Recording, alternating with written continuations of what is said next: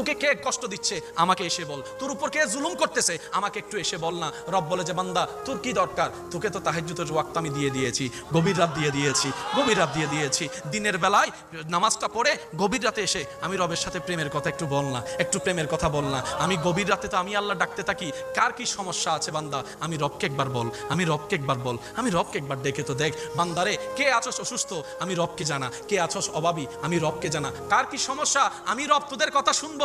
রব ডাকতে থাকে, আপনি আমি ঘুমাইতেই থাকি।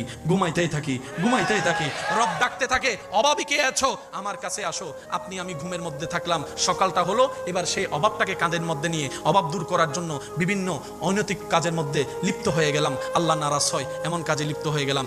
রব বলে যে একটু অপেক্ষা তো করতে আমার জন্য।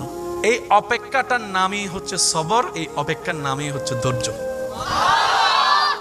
এই জায়গায় গিয়ে আমরা মার খেয়ে ফেলছি। রব সবাইকে দিয়েছেন, দিচ্ছেন, দিবেন, মাঝে মধ্যে দিতে একটু লেট করে, দেরি করে কেন? আল্লাহ তুমি চাইলে তো দিতে পারো। রব বলে যে আমি দিতে পারি, কিন্তু এখন দিলে তুই রাখতে জানবি না, সেজন্য দিব না। বলেন না সুবহানাল্লাহ। আমার মাইকের আওয়াজ শুনতেছেন, এরকম অনেক মা বাবা আছে আজকেই ছেলে মেয়েকে আইফোন কিনে দিতে পারে এমন টাকা আছে, এরকম অনেক মা বাবা।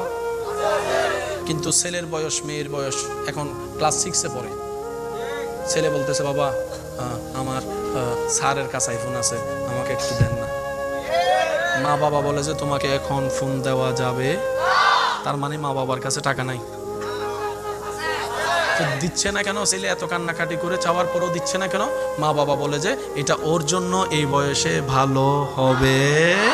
ঠিক তেমনি ভাবে রবও আমাদেরকে কিছু কিছু নেয়ামত দিতে একটু দেরি করে, যেন আমরা সেটাকে উপযুক্ত সময় পেতে পারি। ওই উপযুক্ত সময় আসা পর্যন্ত যেই অপেক্ষা করতে হয়, ওই অপেক্ষার নামে হচ্ছে ধৈর্য ধরা, ওই অপেক্ষার নামে হচ্ছে